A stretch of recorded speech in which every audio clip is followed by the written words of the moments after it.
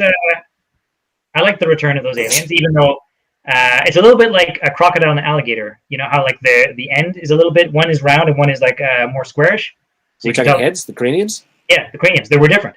These craniums were a lot more like angular. Oh, then the Telosians, yes. The pronounced, there was like angularity and facetedness, facetedness in the, I want to say the parietal lobes. Yeah, and I think the actors they got, I'm not 100% sure, but I feel like it is because I feel like I can recognize like a human face way better on these aliens than on the Telosians because they had like super crinkly skin around their cheeks. That was the other thing, and it was like that was bad news. But most of that stream didn't get broadcast, unfortunately. Oh yeah, the wrong button was hit, and it was still on the way. So that's my nice. So all right, so what do we have to repeat? Do you think? Whoops. Sorry, guys. But literally none of it got except that last bit. But I think we should revisit the crane stuff because that was the best. Okay. Well, okay. Let's just go over that briefly again. Okay. So I should do the synopsis again, right? If you want. Well, it's our way. Okay. Okay, fine. So the Enterprise crew, they go to this planet where they have a research station where they haven't checked in a while, so they go and they check in on them, and there's also a sun that's about to go nova. They can't find the people. Good point. And then all of a sudden they get to like another underground place by these aliens who look like the butthead aliens from the cage. The Telosians, correct? Correct. Except these ones are called the Vians. And then basically they force Bones, McCoy, and Kirk to perform in a large experiment that they're running with this. You did the same thing I did, where you say Bones, McCoy, and Kirk. I'm sorry. Okay, whatever, guys. Okay, fine. Anyway, whatever. They get into this experiment where they're trying to teach an empathic being empathy, which I said previously, but I'll say again, it doesn't make any sense. Doesn't make any sense. It makes no sense. Yeah, and that these like hardened, stoic military men, one specifically without emotions or who doesn't show emotions, teaching a being who is an empath emotions. Anyway, but they're there to teach her like compassion or whatever, and if she can learn enough of it, then these butthead aliens will save her species from the supernova that's about to happen. Yeah, anyway, arbitrarily. They succeed, and they take away this empath, and they go back on their ship, and then everything's a hokey dory. I mean, yeah. So basically, my comments from before it was broadcast. Well, now I can't forget. I can't remember. But anyway. No, the main takeaway is that what you loved was the stage, because you were all about the black, the complete. I did other takeaway is I was effing confused by the aliens and was the entire time it's like these are clearly the same ones from the cage, right? And had no idea what was going on because of the big heads and the woman trapped by their mysterious mind powers. So I think I can be forgiven a little bit.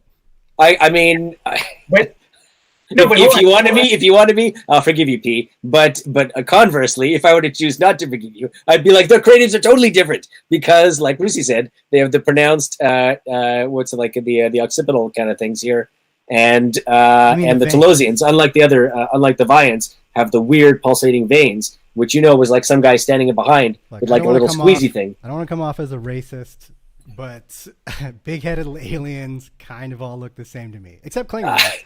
I'm cool with Klingons, except I have no idea now what they look like. I mean, I wouldn't let my daughter marry one, but I mean...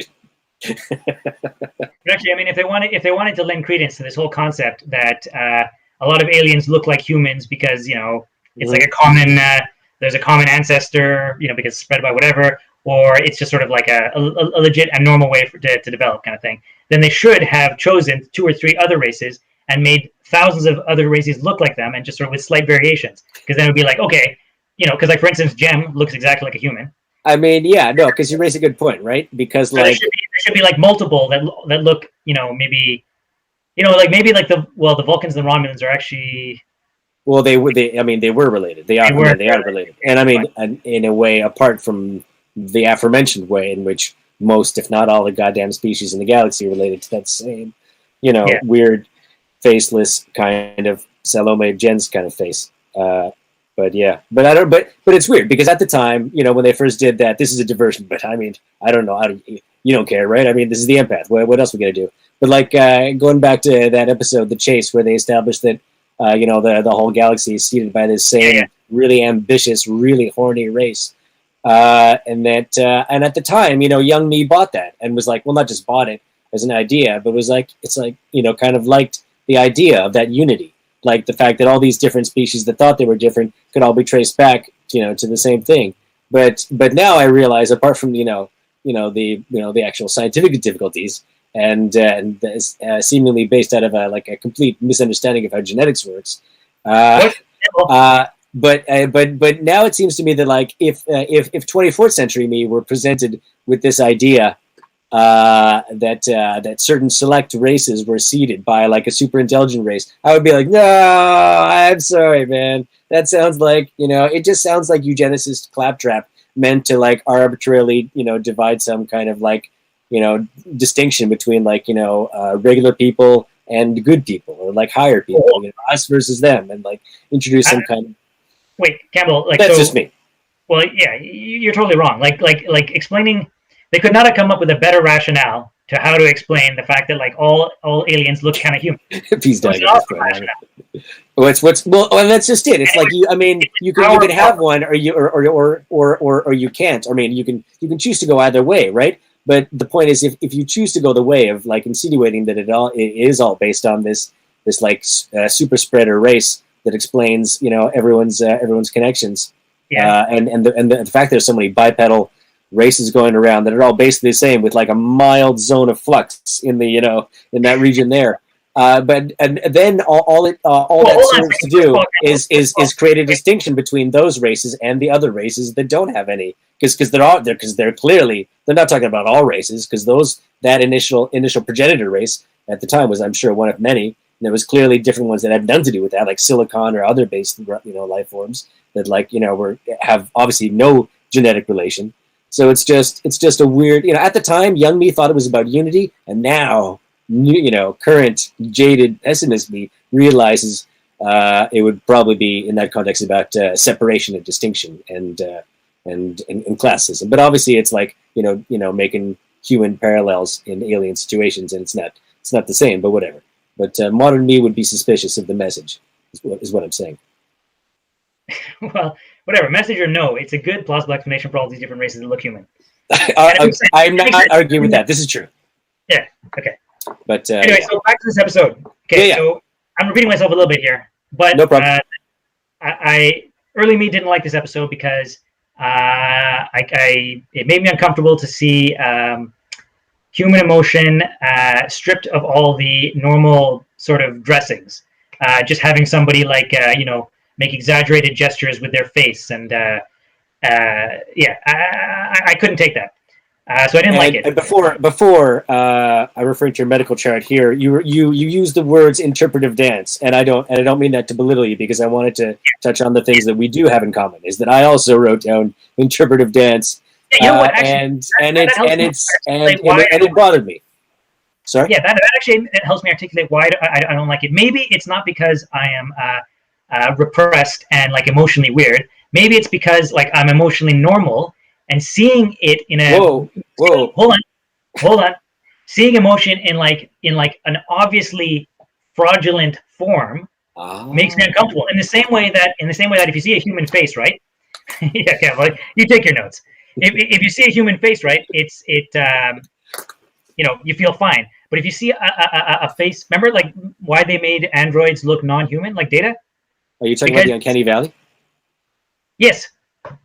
I don't know exactly, but yes. I know what you're talking about. Yes, that's it. The fact is, if it's close to human but not quite human, it's uncomfortable.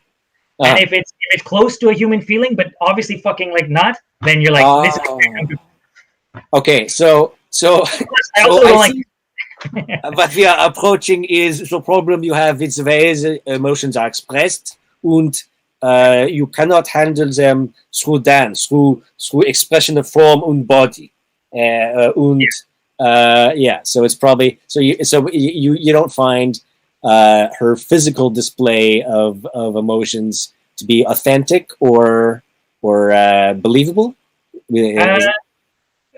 Or just sort of they're sort of what I would call ridiculous. Okay, that's fair. Yeah. If somebody was to actually be constantly in a state of like intense feeling. You'd be like, oh, you fucking baby, like learn to contain some of that and get on with your business. We should we should further contextualize this for the potential. So now we're straying into my own like pathology. No, and that's fine, because that my point is so that was always the mission, Rizzy. Yeah, fine. But early me like did not like this episode because I couldn't take the sort of egotism of having like this one person just sort of like act with various like emotions, and I have to just watch because it was kind of fucking dull. Now, current me, like I said, I steeled myself for that. I knew what was coming, and I could see all the forest around it. You could see it for what it was. Well, I could see the other things. I could enjoy the other things. So, there were many things in this episode I liked. I liked the fact that the butthead aliens return. Butthead aliens, yeah. Yeah. As I said, I like this. I like the setting. I like the stage, and it's the fact that it's like all dark except for like a sort of spotlight on the characters. It's like watching behind the actor's studio, or is it called inside the actor's studio? Whatever. I mean, I want to make fun of you, but I'm unsure. So yeah, let's go with one of that. Yeah. Yeah. No, inside. Whenever you want to have like a real hardcore sort of like face to face with like an actor, everything has to be like black, and it has to just be like the guy's face, like in profile. The Charlie Rose effect. Yeah, good call. So okay, I like that. It also reminded me of Doctor Who episodes, which I liked because they often did that. And I liked the moral dimension of this thing. I like the fact that they casually came up with this scenario where one race would live and another die. I like that. Those are good odds. Those are good stakes. Not just a race, but like an entire species, an entire solar system. There didn't seem to be anyone else representing other communities, though. Like, what if she had failed? Would they have done it again with another one and like running out of time? Or had all the others already failed? In which case, that was it. If she also failed, it's like, okay, well, I guess no one here deserves our help. Yeah, these were among my many questions. Is like stuff like this, right? Because like it was just nothing was made clear. No, it is not. Okay, all right, we'll go through it. Those are the questions. I will answer your goddamn questions.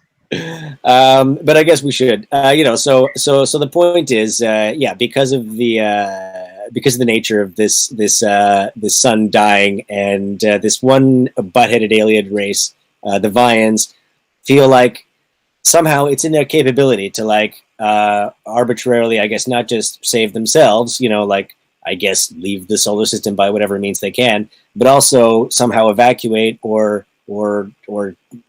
somehow retain like maybe one of the planet's worth of species within the solar system. And even that's not made clear because they said they're going to the second planet of the system, not how many planets within the system are habitable, although weird to extrapolate that obviously there was like, I don't know, at least two additional. Okay, that's fine. But like they really kind of yada over that.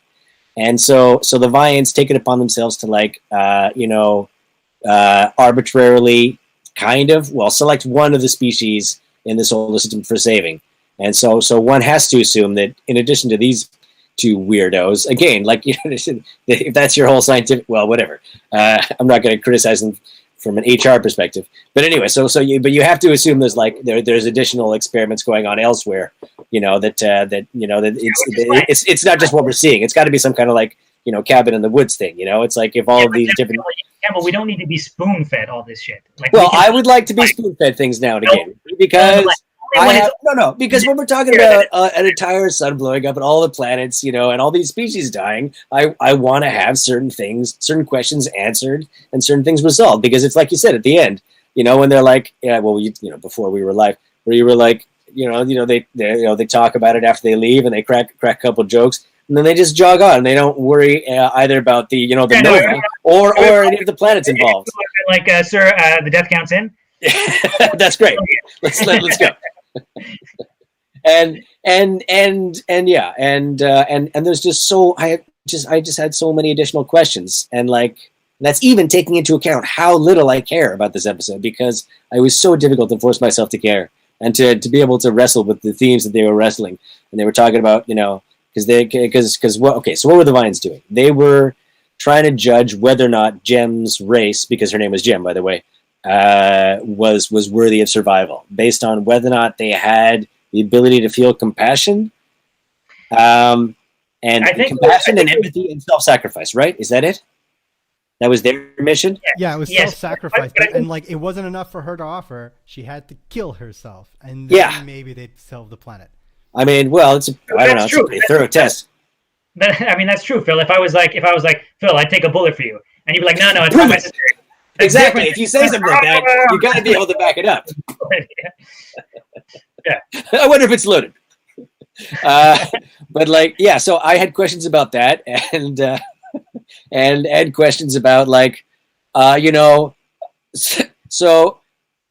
this whole species that Jem comes from, like, what's her deal? She's like a young woman in her 20s. Like what is their life like? How do they communicate with each other? And like, how do they express stuff like I'm hungry and whose turn is it? Other than like sort of just like kind of like fainting back and like just throwing yourself on the floor in a very kind of Kate Bush way. And which so actually good reference, Kate Bush. Yeah, very strong. Okay, but that's okay, but not Public Enemy. All right, I'll make a note.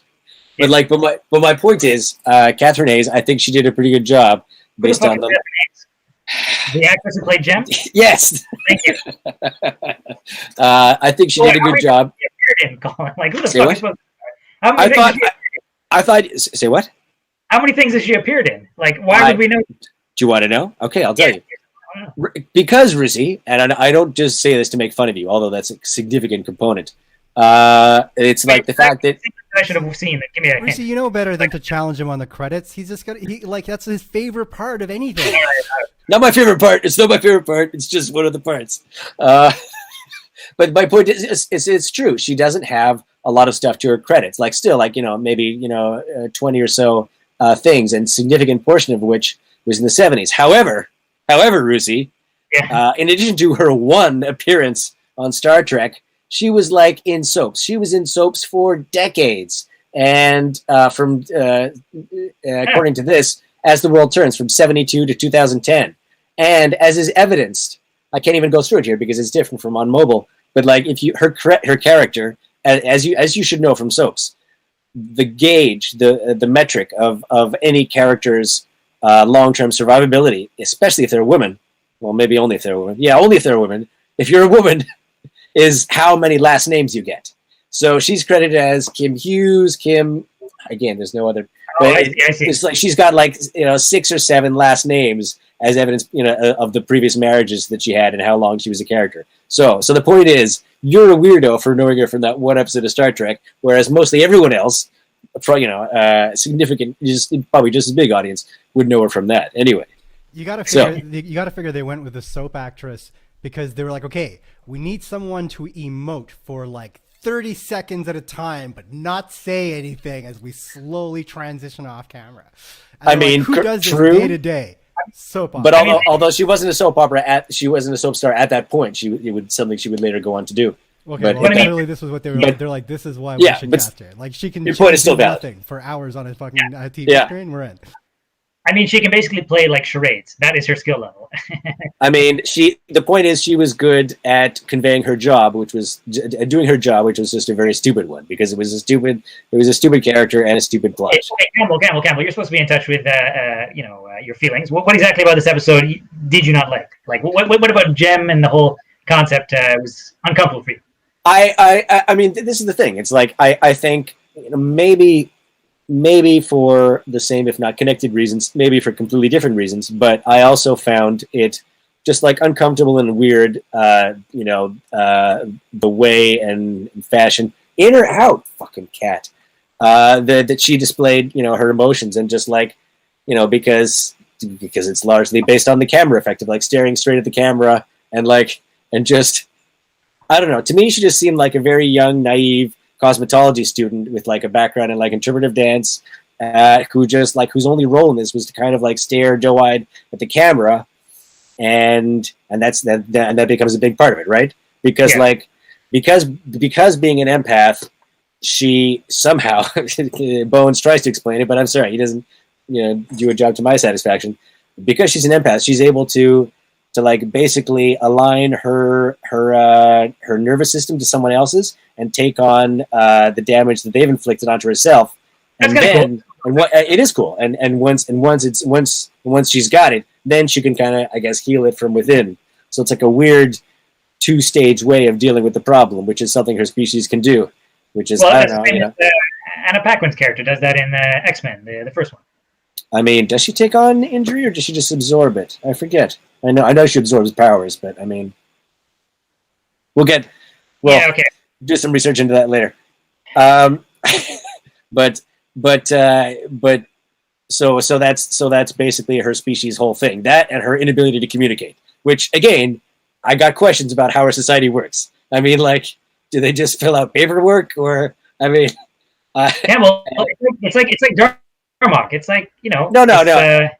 Okay, well, I got regular.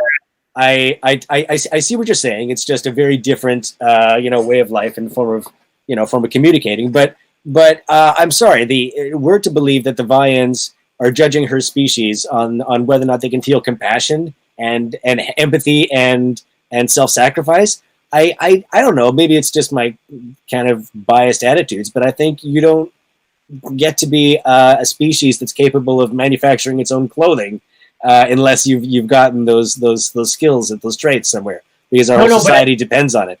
But but I think the concept wasn't that they like, I'm sure they're members of Gem's species that experience all those things. But I think some of them are assholes. No, but I think the idea was to take one member of that species and see how quickly she could like learn, compassion and self-sacrifice. And so my question is, who was she before that she didn't like? Who was she before that she had to be taught this? And like, why? Maybe she like grew up as like some part of the aristocracy. Yeah, exactly. Some rich kid who just sort of like wafted around the hallways and felt things. Who mainly just like ate and danced. Yes, but you know what? In terms of communication, it's only difficult if you're a verbal species trying to communicate with them. But if they're trying to communicate with each other, it's easy. I mean, they could almost do like binary. If their nervous systems connect to each other, they could just. I see what you're saying. I mean, so like modulate their own. That's interesting. See, like that. If something like that had been included in the episode, I might have been able to like give a crap. But as such, it was just like. It was just too much of a weird. I love that idea. It would be like either that person is being tortured to death, or they have a really long message to send. Let's wait and see. No, but Phil raised a good point about the torture. We should talk about that. But I mean, in terms of like other things that I liked about this episode, okay, I like the fact that when they go on the surface, it's that standard surface, but it's like windy. I just like howling wind. It's like a good. It makes me feel comfortable. It makes me feel like this is Star Trek. And then also when they were underground, they had this like weird space age music, and it was like. It's called the theremin, Russi. Oh, is that what it was? Yes. Okay, lots of theremin. It's like, I mean, which is fine because I mean, that's like, in the '60s it was the sound of the future, but now it's just like, now to me it's just like, from their context they walked into a weird subterranean alien laboratory. And like are greeted by like all this cacophony of different sort of differently pitched theremins, and to me it just sounds like you walked into like a flying saucer storage room, and you just open the door. There's just like a whole bunch of floating flying saucers, because that to me is intrinsically the sound that flying saucers make.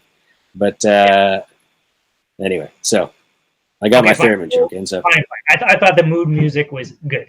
All right. Well, okay. No, that's fine. That's fair.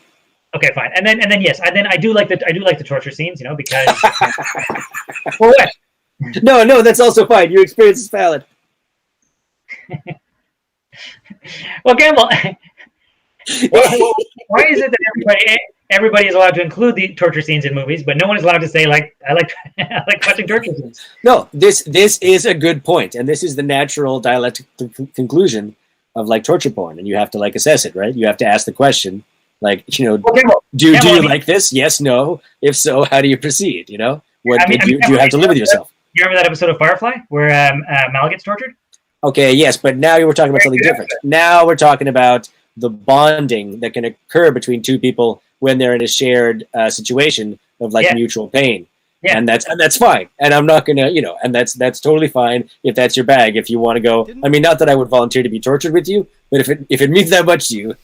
But that's separate. Didn't you But that's find separate from torture porn vaguely, itself. or if not entirely, like just more Kirk having an orgasm while tied up? Especially the way he kept the woman who was not looking like afraid, but looking more aroused, I would say, by the whole thing. It was a really weird scene. I'll cue it up. Jim getting tortured. I made sure to include it in the synopsis. The torture scene. I mean, the torture scenes weren't as good as like in like 1984, where it's like. I'm saying, forget that. I'm saying it's no Picard, and there's 5 Yeah. lights. Exactly. I agree. But in any case, 1984, it's more intellectual. It's more about the idea of like the box with the rats. Yes. You don't even have to see the rats. It was like there's a box over there. There's some rats in it. That's all you need to do. Yeah. No, but it's also like that guy says that you do get to know the real person, under those circumstances. Yeah. It's true. Yeah. And of course, when Kirk or McCoy or Spock gets tortured, they always show their true character to be fucking like unbending, unyielding, and super heroic. I mean, all right. I mean, I guess I can't technically argue with you, but I mean, it's true. Those are the traits that they exhibited. But I wouldn't say we learned anything about them. They didn't. They weren't. I'm not going to torture shame them, but I don't think they were sufficiently tortured to reveal their inner selves. I think they were only at it for like, I don't know, like a day at most. Maybe it takes a couple days. I don't know. I don't want to tell the Vians how to do their jobs, and I'm sure they take pride in it. But I was not convinced of the torture. Is what I'm saying. I was not. It's like how it was being administered. They tortured Han Solo, and they didn't ask him any questions.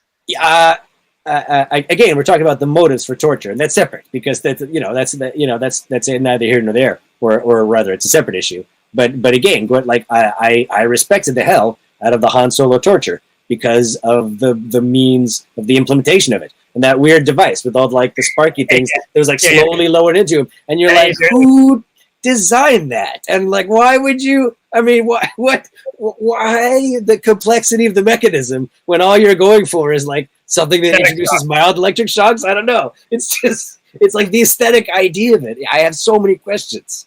Yeah. I mean, it's a similar one in A New Hope. Remember when they're questioning Leia and that floating technodrome comes in? And then like the door. Oh my gosh! Yes, it's like it's the imagination because it's got like that one little needle and you're forget the bum bum bum. Yeah. And then immediately the stormtroopers. But you're like, it's not knowing what's in that little needle that is somehow, or like what's it gonna do? Is it just gonna come close to you and like just like super close to your head and just like stay there for like hours and hours? That'd be pretty freaky, wouldn't it? It'd be like waking up like with a squirrel at the foot of your bed, just like staring at you and like stealing your socks. What do you think about that, Rizzy? Okay. It's all right. Yes. Okay, I remember that reference. Okay, fine. So now, so generally, Campbell, you didn't like the episode. I guess if you want to be reductive, it's true. I didn't like it, but the reason for like as we discussed, my inherent questions about like the logic of the plot and the logic of the execution of their plan. And also just down to the weird way in which the direction they gave to Jem to like how she is to, convey her emotions. But primarily, I guess I just don't like it because to me, it is exactly what it appears to be. And too much so, which by that I mean is like sort of like a late season episode after they basically already knew they were canceled. And working with the reduced budget, their budget at this point had been slashed by 25%. And it was also one of the first scripts they produced that was like essentially like a fan submission, basically, by someone who had at that point, I don't know if it was like, I guess like one of the first spec scripts they sold to like, someone outside. Well, whatever. I mean, up until then they were pretty cagey about who got to write them. It's not well written, that's for sure. Like the initial mystery. It feels like what it is, right? Within 5 minutes, which goes on to the next thing, which goes on to the next thing, but there's no overarching anything. In that whole episode. And the last 20 minutes is watching her decide whether or not to save Bones. Like that's the whole last act of like 20 minutes in that one room for the extended time of will she or won't she? Well, I think Bones is going to make it, so probably. It was painful. Yeah, it was the problem of like not much fucking happening, and the fact that it feels kind of like, well, again, something else we talked about was like it in many people's minds, like if you conceive of a Star Trek idea in your head based only on like stereotypical inferred knowledge, this might be what you'd come up with, and like just someone's like, okay, I don't know, maybe. It to me it sounds too much like a fan written, like a fan service episode. It's like, okay, first I want to see Jim tortured, like hanging by by manacles, shirtless, and maybe being whipped. I don't know. That's up to you guys. And I guess torture Bones too, but we don't have to see him shirtless. We don't. It's like we don't. And for some reason not Nimoy, but I don't know. Maybe that was just the favorite, and they couldn't stand to watch any harm come to Nimoy, which I can understand, but like. Also, I think this is the first time that McCoy gets tortured, because I mean, definitely in Patterns of Force, Kirk and Spock. No, I refuse to believe that's his first time. He must have been tortured before. We're talking about Spock or Bones. Sorry, McCoy, right? Yeah, McCoy. Bones, yeah, he must have been tortured before. Well, anyway, maybe it was his turn. I mean, and when they all have to be. So, and it was the way they were tortured, right? Because it was like these little devices, and normally, I don't know who gives a crap anyway, but that, they turns out to be like a central plot point is like them wrestling control of these little devices from the Vians, and in turn getting them to work, and they try and establish some kind of MacGyverish science behind them. But honestly, I'm like, no, I don't. I see what you're trying to do. I don't care for it. Chat brought up a good point, Andy, I think. And he was like, remember Garrick torture scenes? Remember that whole thing where he tortured Odo? And it was just good in the corner, right? There's no real device, nothing cool, nothing interesting going on, except for the makeup of him slowly melting. And just being and you got a mechanism there, tortured, but you could it was just two actors doing it well with lots of dialogue over time. Whereas, like, honestly, Kirk did not seem particularly in pain when he was supposedly being tortured. No, but even though I imagine it is very uncomfortable being hung like that. But anyway, we should try it one day. We should we should do a test, kind of like we did for Tim's bachelor party, but we'll take it further. I assume you just happen to have some of the equipment in your bedroom. Well, not of that gauge, but whatever. We'll have to. Yeah. So it's like okay. Let's move past this mudslinging.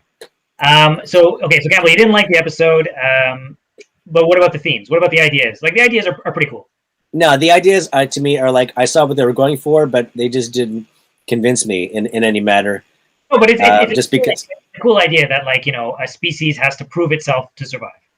No, because this is like again, if not the primal Trek trope, then at least one of like the primary ones, and they've done it in so many different. What are you talking about? Wait, don't get all Trek incredulous on me. I'm saying, other than All Good Things, give me another time when they do that. Okay, I mean, the fact that you just bring it up in All Good Things means that it's like a whole theme of the whole run of TNG. So it's like a running theme. Fuck off. Even that. But you also have essentially the same things with fucking Clint Howard species and the Galactic Federation. They were not all powerful, omnipotent, but they were still to some degree judging mankind and gauging their level of sophistication. Okay, but even leaving aside that, which don't shake your head, it's exactly the same thing. There's there's all the other species that were like sort of nannying them, being like, we're more advanced than you, but you can't join us yet, but maybe in another couple thousand years. So all of that is like in the form of like judging, and assessing a race, and being like. I specifically said a race having to, be gifted with the survival or not based on it, Oh, you mean one race being put in charge of another race's survival? Yeah, or no, I mean specifically what the episode had, which was, multiple races can be saved, but the one that's going to be saved is the one that proves itself. Okay, yeah. So what? So it's like a moral actually, there was psychological test. But that's sorry. Episode where they kind of did it in the cage. They're testing whether humans. Well, most of their testing was like down to like whether or not humans get it on, So like that wasn't really. No, the answer is yes. The one you're thinking of, Rusi, is the one of the Gorn, where they're being tested to whether which one's going to be wiped out. And Spectre the Gun, which is kind of the same. No. In the Gorn episode, the Gorn species and the human species were going at it no matter what. This other species just happened upon it and were like, "This is disgusting." Yeah, but it was still like you either live or die based on the outcome of some kind of thing, some kind of precondition. Your entire species. No, but that was like, we're going to wipe out all Gorns everywhere. Just the Gorns. I forget. He was only going to wipe out the person on the ship. Yeah, I think it was just that ship. But anyway, but you don't know. The Gorn one is close, but it's not the same as this. It's pretty same. But what we're talking about, apart from the weird kind of thing, okay, I do have a strong moral point about this, which I am going to relate back to Jonathan Archer. So be ready.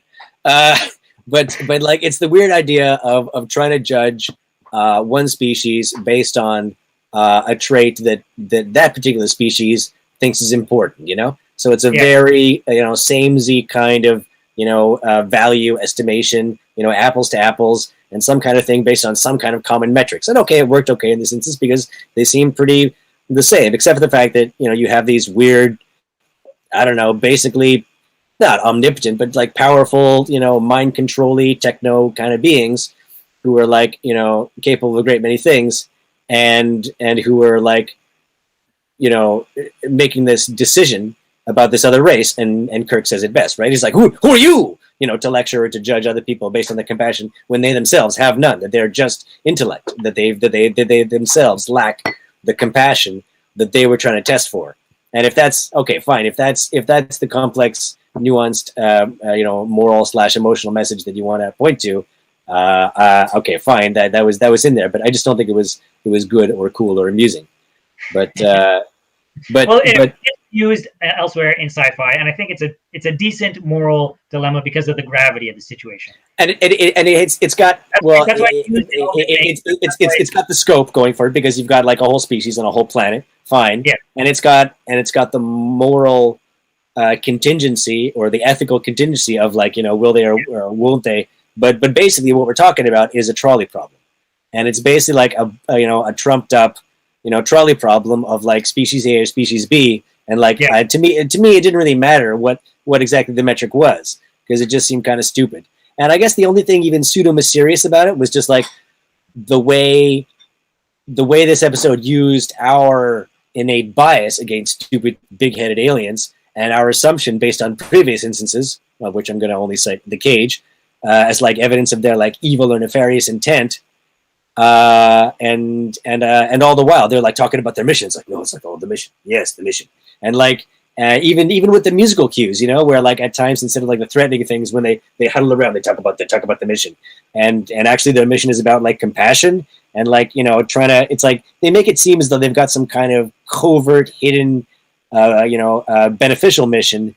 And they're sort of hiding behind, that's what I hate. The dramatic effect of hiding behind them as being like a creepy, invasive species falling into the other trap that we know of, just like, the superior race doing your random ass, fucking scientific experiments on lesser beings, right?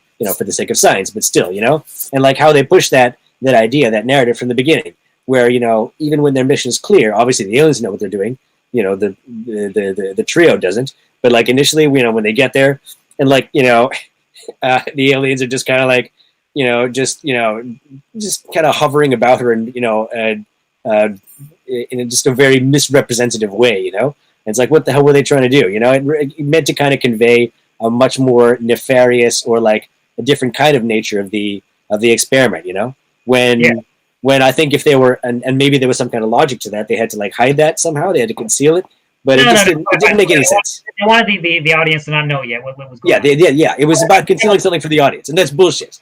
All right. Now, Campbell, you've done the IMDb on this one.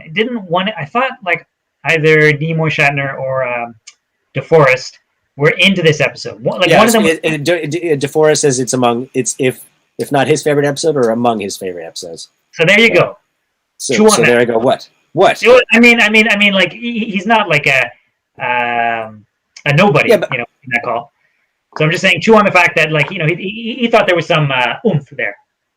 And that's fine, but you got to you also have to remember, Uzi, that when an actor says that, they're not necessarily saying that because of anything necessarily about the episode or the narrative itself. It could just be purely from a production point of view and the memories and experiences they had on the shoot. And maybe even like hanging out with one co-star for an extended period of time and not having to do much except for sitting around in a dark room, kind of like lounging about on like a cool couch. I mean, come on, wouldn't that be like among one of your favorite episodes? You don't have to go out and Of course, he's saying that kind of thing. Run around. No, if he's saying that kind of thing, it's probably because he thought it was a cool idea. Maybe he thought they were famous. Quite possibly. I'm not going to speculate. But let's cover some of the specifics about this episode. Okay. When they were talking about that sun going nova or whatever, or the solar flare, they used the Ritter scale, which annoyed me because it's so close to the Richter scale. I noticed that too, but I couldn't tell if it was like a goof or a whatever. Who knows? Okay, but that bothered me too. Since we're finding foibles, sometimes I find them a little bit lazy, and so like they're trying to figure out what happened on the planet, and before Spock plays the recording, he's like, "Remember, this is from 3 months ago." Almost to the audience, being like, "Guys, this is the setting." Yeah, overt explicit, and that's on top of brushing the dust off the equipment and being like, it hasn't been used for quite some time, and it puts it's like, and remember, this is the last thing they would have recorded, as opposed to like, I don't know, aliens who came there since and used it, Yeah. I noticed that one of the dudes. Wait, I also love about that is when the guy goes, like the video is just guy going, "I fucking hate it here," and then he disappears. Like that's the big reveal. Yeah, good point.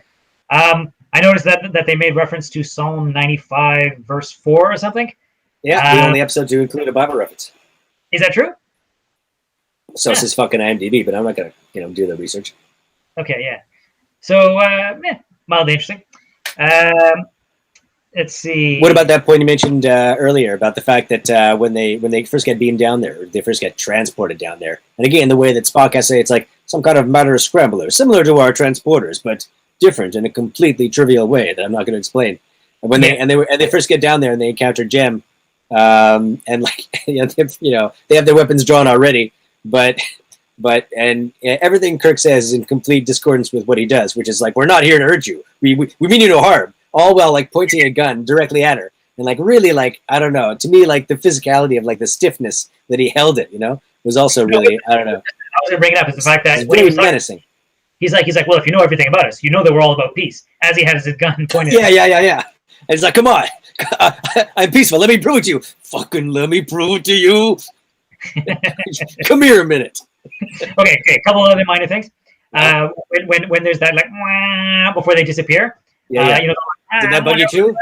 Yeah. But I like the fact that like Spock says like Kirk's like, "Spock, what is that?" And he's like, "It doesn't register." It doesn't register.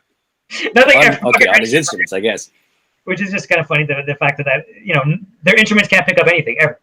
That's true. Yeah. But then I also like the fact that like just as like a small thing that they have to incorporate is that in the same way that when they gas everybody, Kirk is the last to collapse.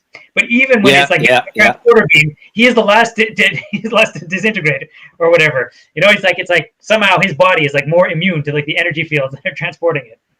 I mean, but I also question the relevance and point of that mechanism anyway. It disorients them and then basically knocks them out just before they get transported because he was climbing that reused spiral staircase. And then he falls on his ass in a very unconvincing way, why did they bother doing?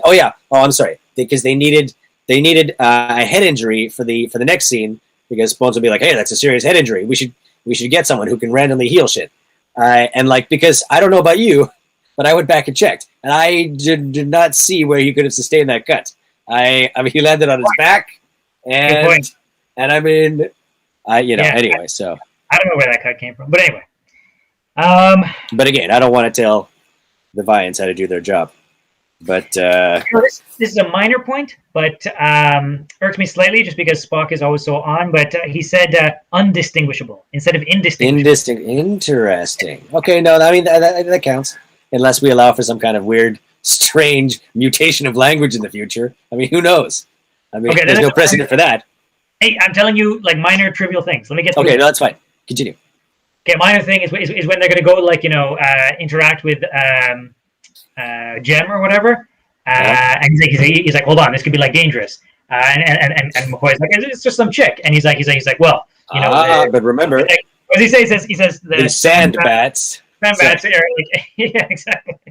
But I just find it funny how, like, sometimes they act like there are no dangers to be aware of that is not like apparent. Be careful. Remember that one planet? Yeah, but every once in a while, like, whoa, hold on, Anyway, so I just find it like a little bit contrived that they sometimes care about safety protocol and sometimes don't.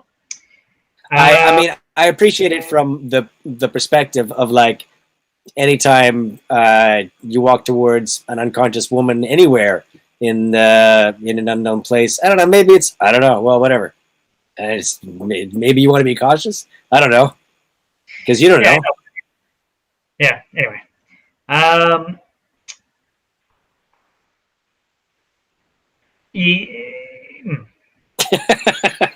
right. Well, you're brewing. Oh yeah. Actually, it made me laugh a little bit, like some of the stuff that they asked the actors to do, and sometimes I feel really bad for them, because I think I already know where you're going with this, but yeah, they had to do like the thing where they acted like slow and they had to slow down, and Kirk had to do the thing. Oh, la pussy, and again, it's like it's also a very cheap special effect, right? Yeah. I mean, and then also they were walking on the surface of the planet, and there was wind blowing, and they had to make walking look hard. So like taking like 2 steps and then like just like falling over. That was also very Doctor Who. I don't know. That's what in the back of my mind. It was like, it's like you're just going 12 feet. You just got to get 12 more feet, and it's like those little things that you really feel it makes the sets feel claustrophobic because you realize they really have nowhere to go. But again, I got to give them props because of like the way they frame things. I don't know if you remember the first establishing shot of the planet. It's just like, the middle ground or whatever with that little prefab dome structure and like a skybox mat in the background, and then in the foreground you got like the two kind of like just I guess rock formations which conveniently cut out the sides, so you only have to have like a very small narrow angle of like stage built, and then later on those same things just like reused, just like reposition the camera, whatever, the same thing they always do. But again, I was cognizant this time around of how much they made so little look like so much, but minus, as you said, like the unconvincing wind effects. Yeah. So I mean. Yeah, I mean, so yeah, the other thing that I thought was silly was the fact they didn't acknowledge the fact that millions of people had died. Yep. It was weird that like when Spock was talking about how like he was going to gain control of that device, which uses like brain patterns. He's like, I'll base it on mine, given that I'm very familiar with my own brain patterns. But are you going to argue with that? Well, just have you ever looked at it? You know that Spock is the kind of guy who like goes home, puts on a scanner, and like looks at his own like alpha waves or whatever. Like, that looks good. Yeah. That's and other crew members are not doing this. So but I guess it makes some sense because it's like maybe from like a medical point of view, like there's certain things that you can tell if something's wrong based on your brain patterns kind of thing.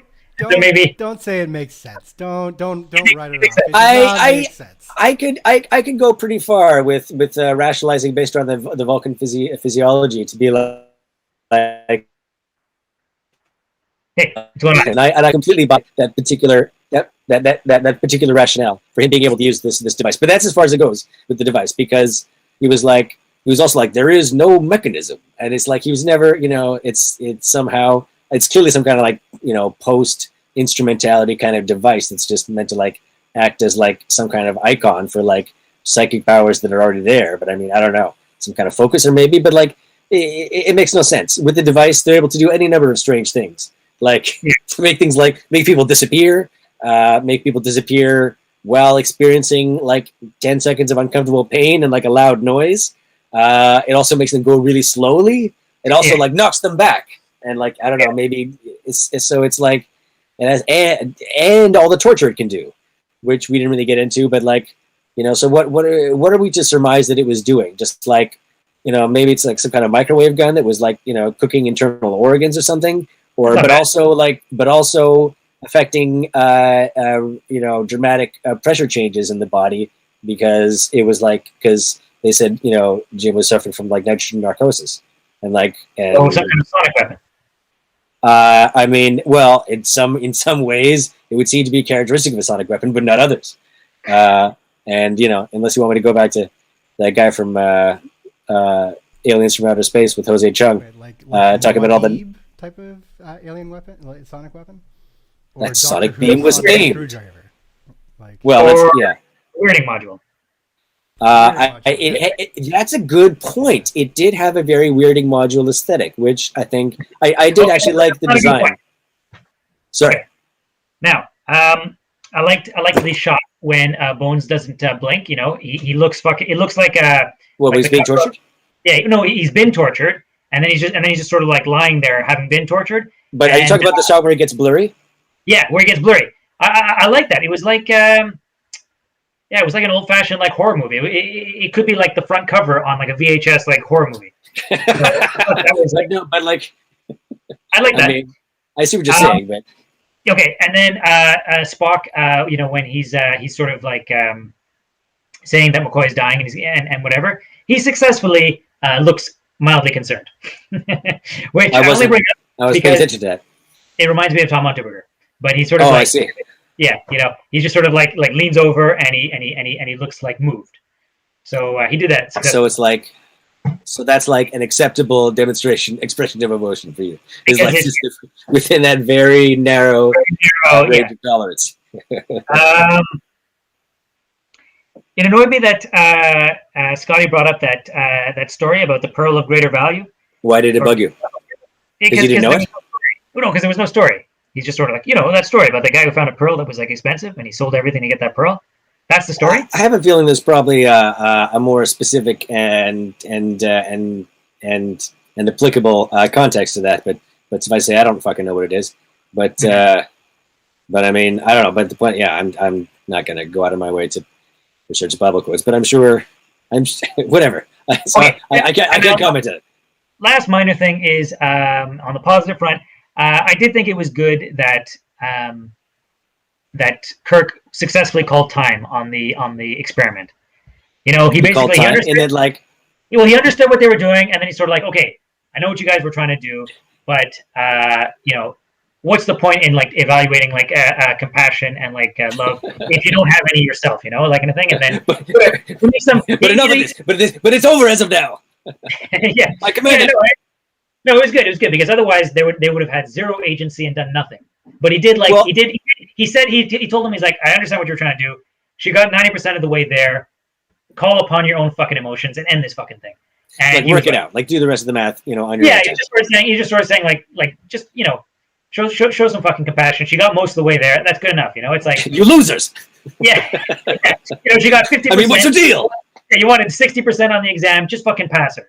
Yeah, exactly. Yeah, I'm not gonna. I mean, that's how I got through high school, so I can't complain. Yeah, exactly. So, and then also,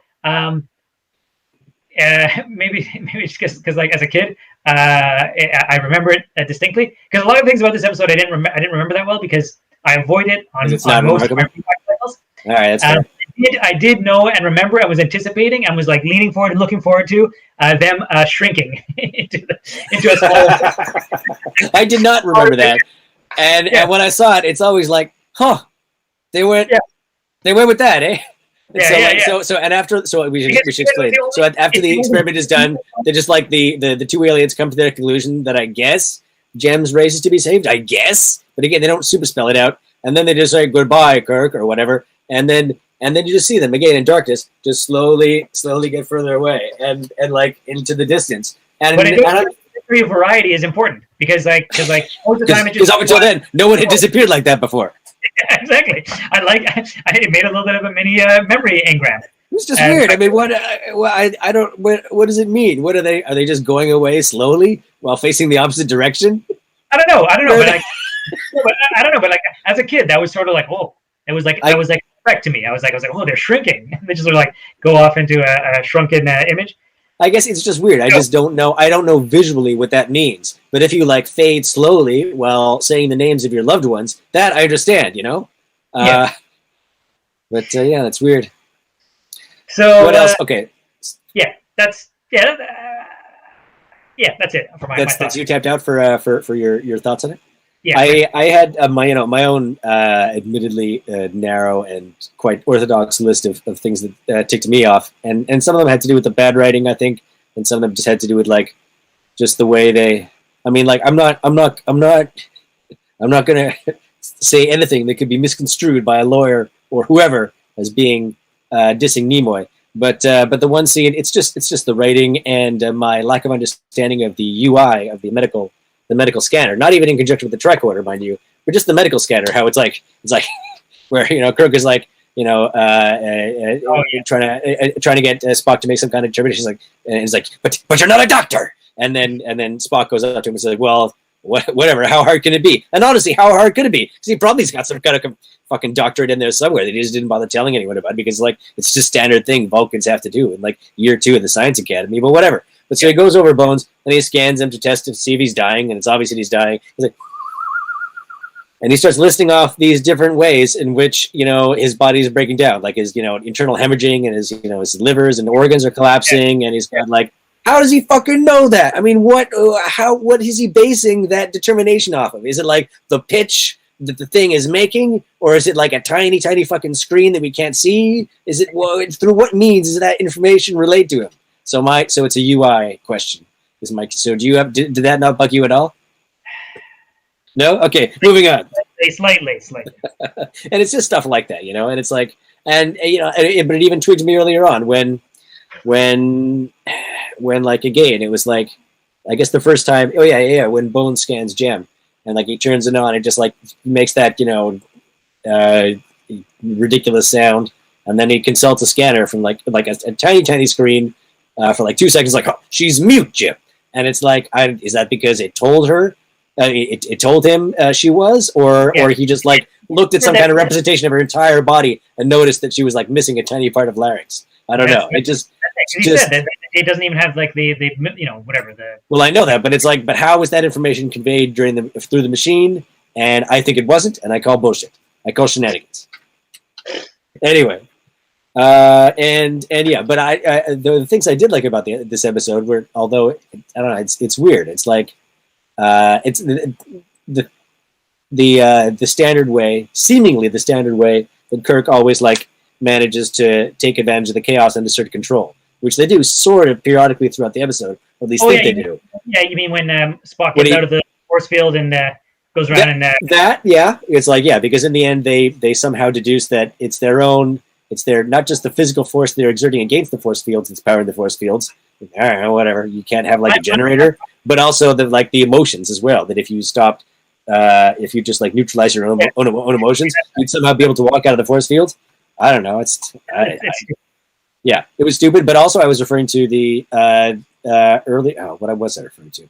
The force fields, something. Oh yeah, what I like is when they at least intuitively through experience recognize the situation when they see it coming. But like whenever they get the aliens within like close talking range, one of them will like they'll do the thing where it's like one of them will lead, just like basically like.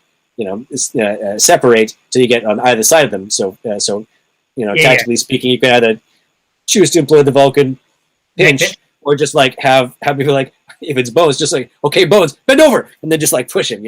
However you want to do it, but like just like the whole thing of like slowly, and the fact that at least they did it subtly. They did it subtly in this instance and conversationally, as opposed to some of their other things when they're like. And say like the 5 seconds before planning a jailbreak, do they go like start like whistling and like wandering around and like and then testing stuff, like picking up stuff and weighing it, and like the pillows and like a table leg. It's like, I wonder if this will work. Nothing. So whatever. So it's unlike those instances. I like the way in which they tried to wrestle control with the Vides. And then again, it was like one of those weird things that like they seem to care. Well, when they get the weapon away from him, where I forget if it's Bones or Spock who says like they don't even seem to care about the weapon. I guess because assuming like only one of them could control it. But it's the weird thing of like, sort of oscillating between like feigning helplessness or feigning, it's like feigning not being in control of the situation when they actually are, and the whole mechanism of just like, it's Kirk, looks off to the side, he just sees them off on the boundaries, kind of watching. I guess I kind of like that aspect, or I like its usage as a mechanism, but I thought it was poorly used here because again, it's like, I don't know, I thought the plan and experiment was kind of stupid. And just the idea of them creepily watching something off to the side is maybe more than anything else the thing that does it for me. Because I guess what I'm saying now is I like to be observed by two tall, bald men creepily from a safe distance, ideally hiding behind rock. Okay, last comment from me is just that, Kirk is shirtless. It's true. And he's got a pretty decent bod. And I'm just wondering, like, how unusual that was. Did you write that down? Because I was watching Rear Window the other day, and Jimmy Stewart is in that, and he's like he's a leading man, and he's like in the movie like leading like Grace Kelly or someone like a bombshell, and he's shirtless at one point, and he looks skeletal, like so awful. So I'm just wondering, like, how rare it was to have an actor actually, work on their physique at all. I think part of that is just, part of that is just the physique that you got dealt with, and I think up until that point that you saw that, Jimmy Stewart probably had not had a lot of opportunities on screen to be shirtless. There's probably a reason for that. It's probably a beanpole, right? And obviously there's like, the change in different kind of aesthetics of beauty over time. I think maybe, well, whatever. I guess, Shatner was at the right place at the right time, for barrel-chested dudes, Yeah. who had just the right amount of body fat. Yeah, keep in mind, this is the time when Sean Connery would have been like the Mr. Universe at that time, right? Was he actually? Yeah, exactly. Yeah, he was Mr. Universe. He was Universe? And everyone that met him was like, he's huge, because he was also tall as well as like wide. And really? I didn't even know that. It's funny. In the camera, he never looked like an Arnold Schwarzenegger or anything like that, but he was I did massive. read in his that he like beat up like 4 guys who tried to mug him once. Oh yeah? Yeah. I mean, I think I heard that story too, but who knows? Probably Michael Caine told it. 'Cause he was going around saying it to everybody. Okay. All right, so we agree that this is a less than good episode. I mean, yeah, and we didn't even really talk about the whole theme of like, despite the seemingly altruistic mission that they have of like judging and saving a species, and also incidentally, dooming a species, but whatever. I don't know, maybe that's, you can call that whatever you want. But the other central theme is like basically just the objectification of Jem in this instance, and like, treating her as, I mean, I know that's part of, science of like to depersonalize and when necessary objectify, because that's, I don't know, but yeah, I had to point it out that that's basically because Kirk didn't like her sort of like hurting herself. He was like very sensitive to that, and McCoy threw her away when he saved his life. No, they were sensitive to her as a person, Campbell. They even named her. Well, I mean, they colonized her and they gave her her Starfleet name, but who knows what her real name was? It's probably something like, I mean, or the artist formerly known as, But I'm sorry, that's I'm sure really racist against whatever species she was, or maybe she was just a weirdo. I guess we'll never know, because it left a lot of unanswered questions. Was my talking point, and it would be funny if she was the only member of a species that was mute, and they just. Oh, we screwed up somewhere. Oh well, whatever. Yeah. Okay, Also, so that's it. I love the way Kirk figured out that she's a telepath. He's like, she's mute. Maybe she's she must be a telepath.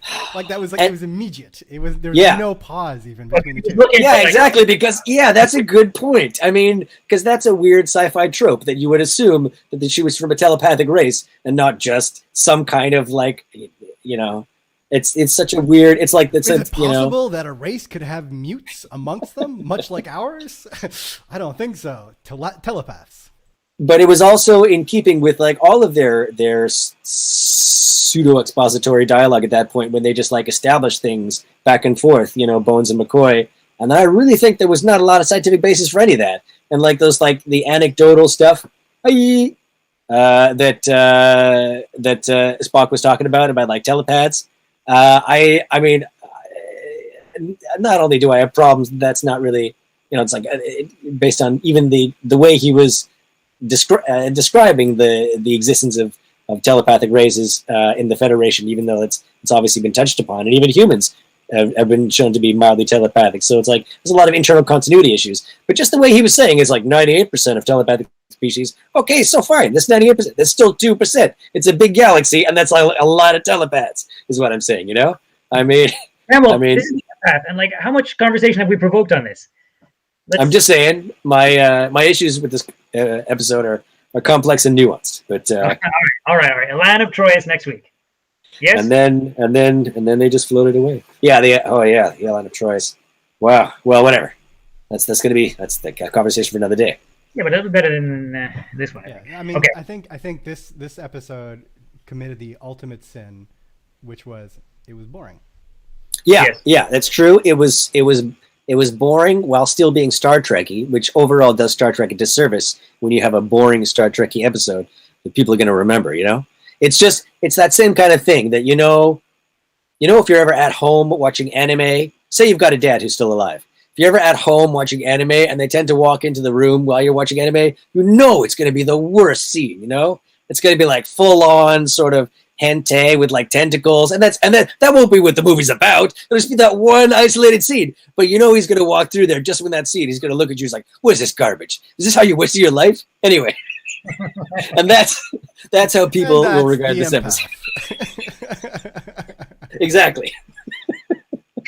But anyway, yeah. But I'm glad I watched it. I'm glad I revisited this one last time. Me too, because I'd lost touch with it. And now I know for sure.